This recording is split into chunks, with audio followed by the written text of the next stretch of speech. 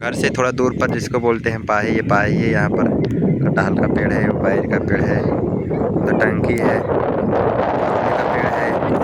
उसके बाद बहुत आंवले के पेड़ है। उसके बाद इधर है करौधा का पेड़, फिर कटहल, सहतूत, आम, नीम, चिलबिल। और बाद ये क्या था है बेल, यही गूलर, सबसे बड़ा गूलर यही है। इसको काट दिया गया है ऊपर से। फिर हुआ अंजीर, हाँ, अंजीर का पेड़, अंजीर का पेड़ है। ये सागवान का पेड़ है। सामने बाग है और सामने लोग वहाँ पर मैच खेल रहे हैं।